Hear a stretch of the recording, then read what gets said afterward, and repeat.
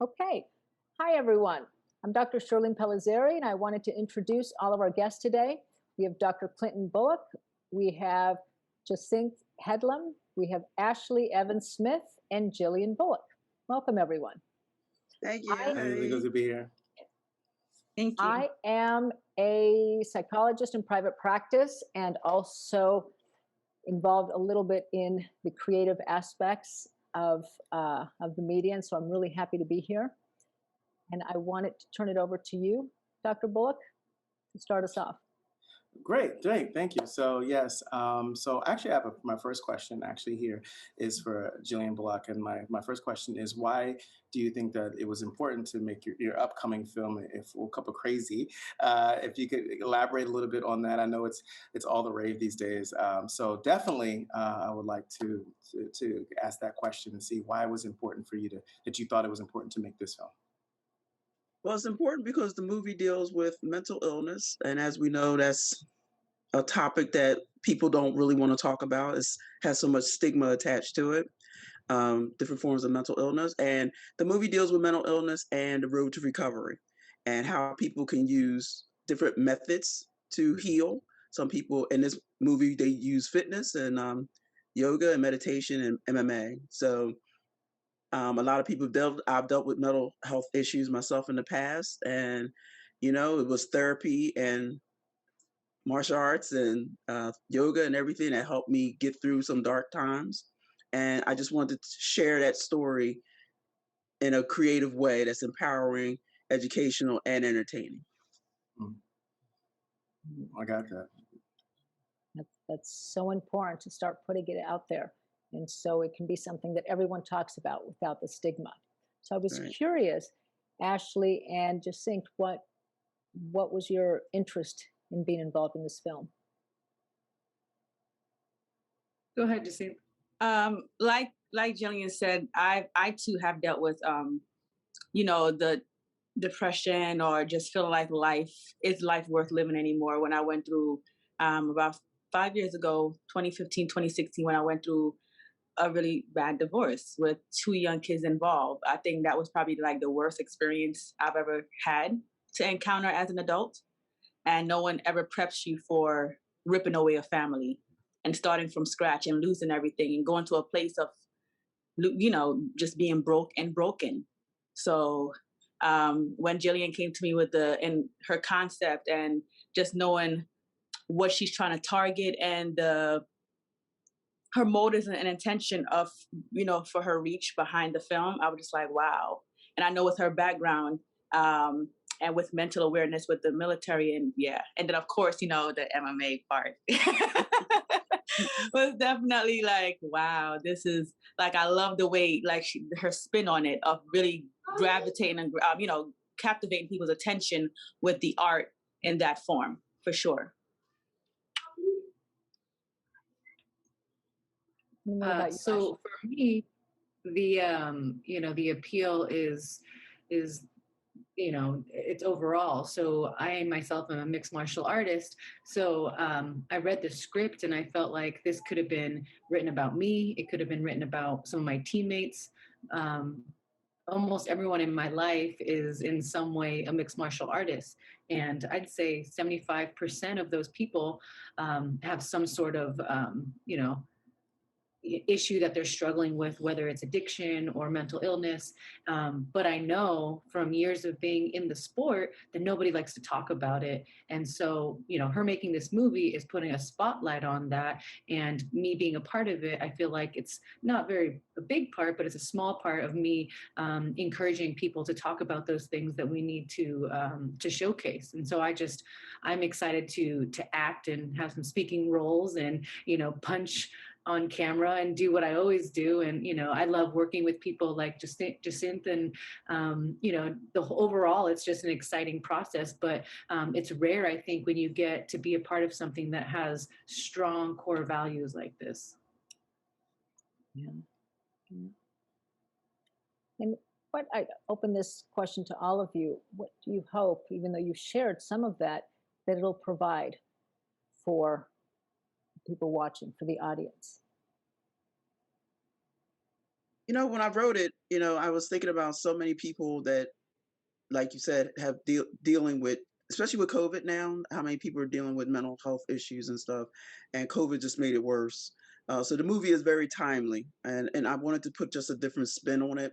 You don't Jacinth plays the lead character. She plays Angela Rodriguez in the movie, the lead character, and she's dealing with a lot of pain from being sexually assaulted by her father when she was younger, has trust issues with men. So she's a mixed martial arts.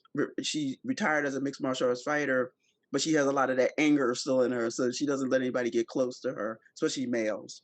And her first response is to deal with a situation is by, punching and kicking someone. That's her thought process in the beginning. Of course, she has a great character arc by the end of the movie, but in the beginning, that's how she deals with it, because she's so angry about being hurt, that it's just so much pain that she's going through. And people who, like Justine said, when she went through this rough divorce and everything, people as actors, that's what we draw on. You call it method acting.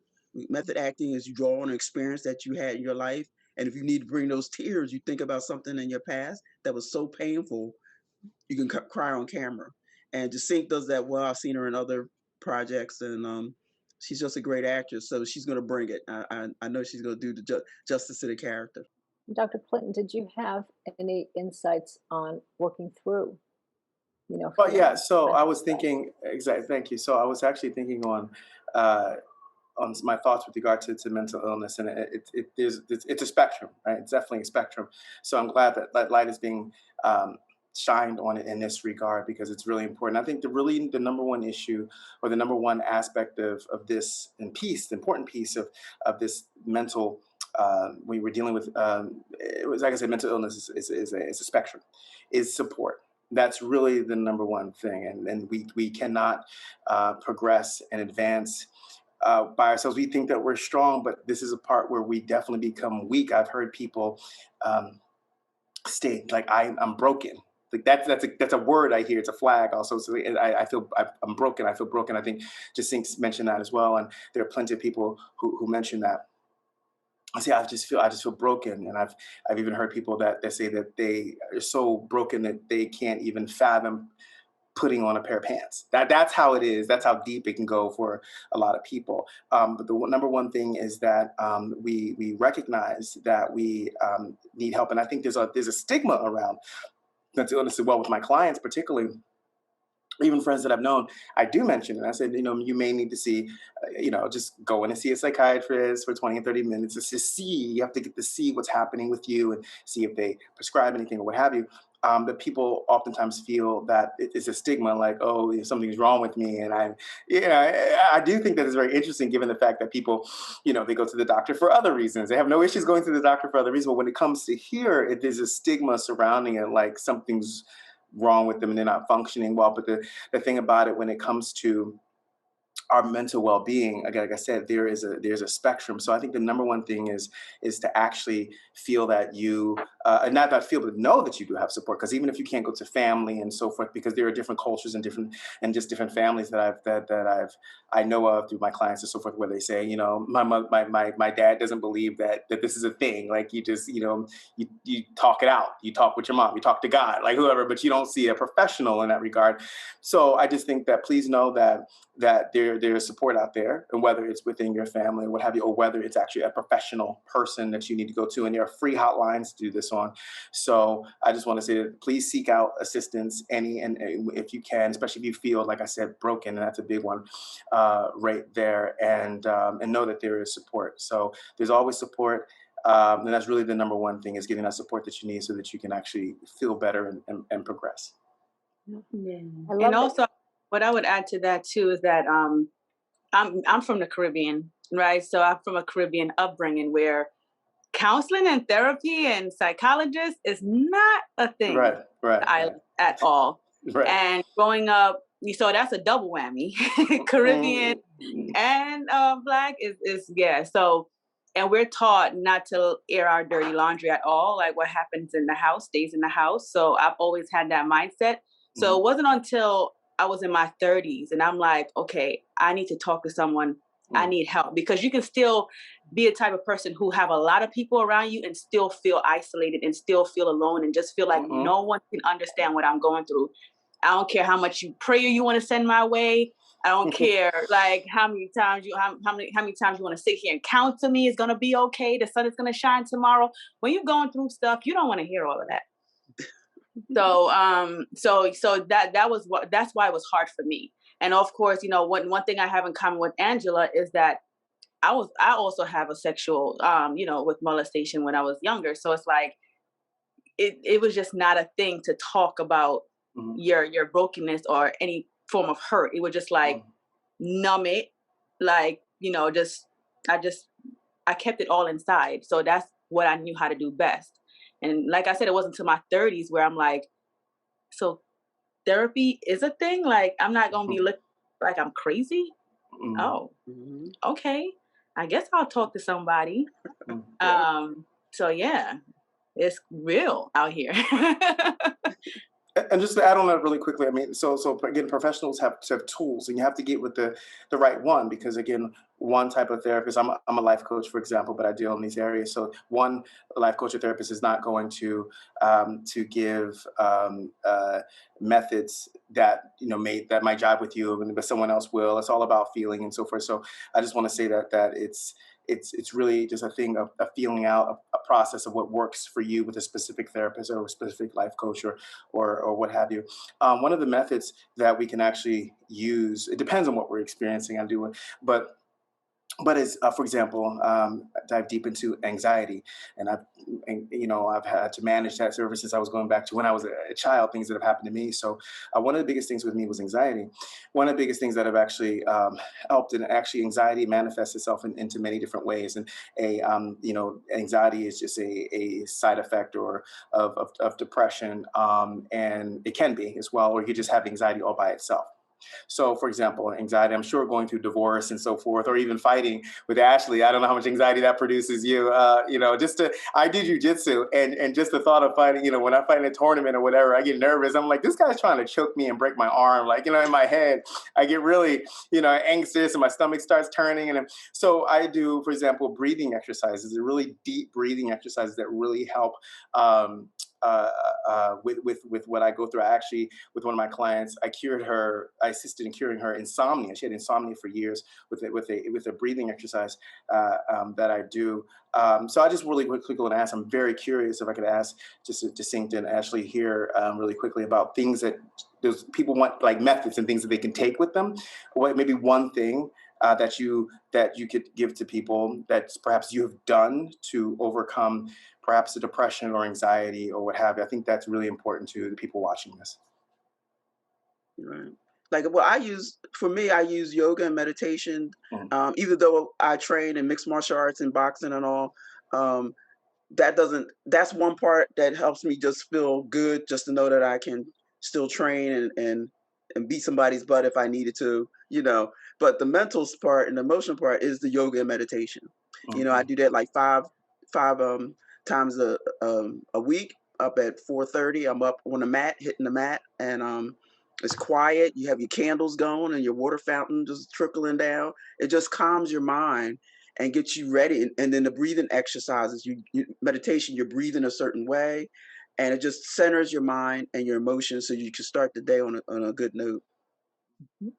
And there's that mind-body connection. So yoga is really nice to feel the body. When there's trauma, we hold on to the trauma in the body, in the nervous system. And so what I love about this film is that kind of martial arts piece is how I'm trained in a type of therapy called somatic experiencing. That's how we release the trauma, is by movements of what got stuck.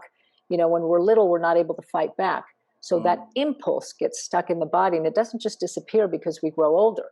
So it's kind of allowing your body to slowly do what it wanted to do back then that it couldn't.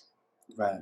And so it's beautiful that you've connected both of them, with trauma and the fighting response, which we do use, and it can be so helpful. Right. Yeah. Ashley, did you have anything that you wanted to add? I think a lot of people, there's a physical fighting, but obviously people have to fight through life, and you do have the physical manifestation of that. But I think we're very curious, obviously, from an MMA fighter who goes through stress, Yeah. body stress at least daily. What you use, some methods or what have you, strategies to actually, calm yourself down, or whether it's physically or mentally. Yeah, so my story is everyone here is talking about, what they do, what they've learned and gone through over the years. And it's kind of interesting that even though I'm 33 years old, I'm gonna be 34 in July. Uh, I've only recently been sober for a year and like 7 months. So something that happened to me when I got sober was that I had this realization that I never really dealt with my issue. I would drink when I was happy, would drink when I was sad, I would drink when I was upset. So I would just numb these issues, right? And really, mental health is dealing with your issues, right? So getting sober was great, but it was also terrifying in the sense that I had to deal with all these issues that I had been suppressing with alcohol for many, many, many years. And this is just a new path, like a new journey for me, like very, very new, very fresh.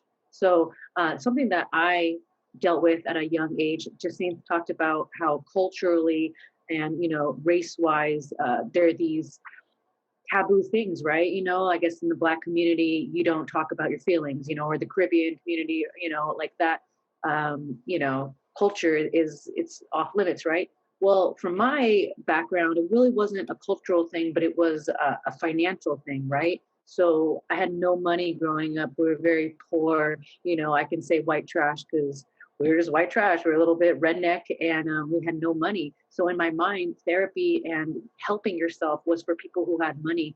Now that I'm older and I make my own money, and society is kind of, there's these online, therapy things that make mental illness and getting help are just more affordable. So I'm in those baby stages, right, where you're realizing, you need to deal with your issues. How do you deal with them? There's a lot of avenues that you can go. It's not for people just who have money. There's affordable routes that you can go. So this movie it touches me in a deep place because I know there's so many people out there like me that are grown ass people, grown ass women and men that haven't dealt with their issues. And, my story is about addiction, my family, my own addiction, sports. And yeah, so for me, it's like being a part of this movie is great because I'm still on my journey. Justine, did you have anything? Yeah. I would say for me, what realigns and recenter me is definitely prayer and fasting. And like working out is like how I really release. So definitely when you work out, you're releasing certain chemicals. So that helps. But when I'm home and I'm between my four walls, I think when you're home and you're within your personal four walls is when the battle really happens. And not so much when you're outside. When you're outside, I think that's like, you're just busy. You're not really dealing with anything. It's when you're in your four walls and you're in your bed is when everything kind of hit you, like feel like the walls are caving in. Right. So for me is having to deal with that when I'm home and no one is around me. So for me it's prayer and fasting. Like I get to a point now when I know myself. I know when I'm off. I know when I'm on edge. I know when, like you said, I feel anxious. I'm just nervous all the time. Or so I'm like, okay, that's my cue as I need to tap in. I need to really take that time to tap in, be still, turn off all the external outside world and just seek within because something is off. So you get to a point where you know yourself, when something is off. And oftentimes we ignore that and we just keep going. It's like, no, you can't continue being the hamster on the wheel. Your body is trying to tell you that you need to tap in. You need to stop, wait, pause. So when you get to a certain part in your life and certain spiritual maturity, you kind of know yourself and when you need to realign and recenter. So I'm glad that I'm at that maturity level now where I can listen to myself, my inner me. And I think that's so important. It's what you were saying, Dr. Clinton, about the support, and what movies like this, films like this bring out is to not feel so alone in our own pain. because that isolation, feeling alone, then we isolate, and that isn't helpful at But all. that's the main story with Angela's character. She's she has, she retired as a champion in mixed martial arts. She retired as a champion, and she's also an award-winning screenwriter, and like Oscars and Golden Globes and all that. So she has a big home, and you would think that people think she should be so happy and she's accomplished so much in her life. And outside, it looks that way, and she'll smile and all that. But like you said, say you get in that four walls, you're all alone. The emotional demons start coming out, and that's what Right. we show in the movie. How that Right. comes out, and it can be terrifying to people, and it's a struggle for so many people to. They have to put on that brave face to everyone else, but inside they're broken, dying inside. And I just wanted people to know for the movie when we start shooting it, we'll be doing a lot more interviews and everything and talking about this because it's such an important topic, especially like Sink said in the Black community. It is a no-no. It is just an absolute no-no. You don't go to therapy. You don't get that type of help. I didn't know, like to sing. She was in her 30s. I was in my 40s when my late 40s when I found out. I finally went to therapy, and the doctor was like, the therapist was like, you're suffering from depression and PTSD, and that stemmed from when I was younger, and I was raped when I was 10, and homeless when I was 15. I was on the streets and got involved in drugs and prostitution in a way to survive. So even as I fought my way off the streets because I was pregnant with Clinton, I had to make sure he had a better life than I had. I still didn't deal with the inside. I didn't deal with that. I just put on that brave face, went along and did what I had to do for everyone else. And it came to a point where I thought I was just, ready to jump off a bridge or something. And I said, I better go get some help. And that's when that happened. And I got the therapy that I needed, and, started doing the things that I needed to do to help me process all that past pain, and come to grips with it so I can move on and be healthier, and get into the yoga and all that. That all helped. So, but it was therapy at first, and I needed it, or, I might not be here today if I didn't get that therapy. Yeah. I think that's the beauty of these kind of films. I'm from the Latino culture, and like everyone else is saying, in the Latino culture, there's very dramatic in emotions, but then you hide them. So when I informed my family that I was studying psychology, they said, "What? What's that?" So it really crosses all ethnicities as far as how the stigma of mental health, and mental illness is still there. So I think this project is just wonderful to start to open up minds. Does anybody have any final thoughts? Yeah, I just like to thank Sheila for bringing us together. When when people see it, I hope that it helps them to go get the help that they need. If they see this and they say, "Okay, I'm feeling that way or this way, I need to get some help," and I hope it does, because that's why I'm doing a movie. That's why I'm a filmmaker, to tell these type of stories that hopefully will get people talking, get them the help that they need, because it's important. It's very important. Yeah, Yeah, absolutely. sorry to say. Yeah, I wanted to say that I'm very grateful that Jillian is doing a movie like this, because one quote that someone told me a long time ago, and it's why I started a podcast. It's shame dies when stories are told in safe places.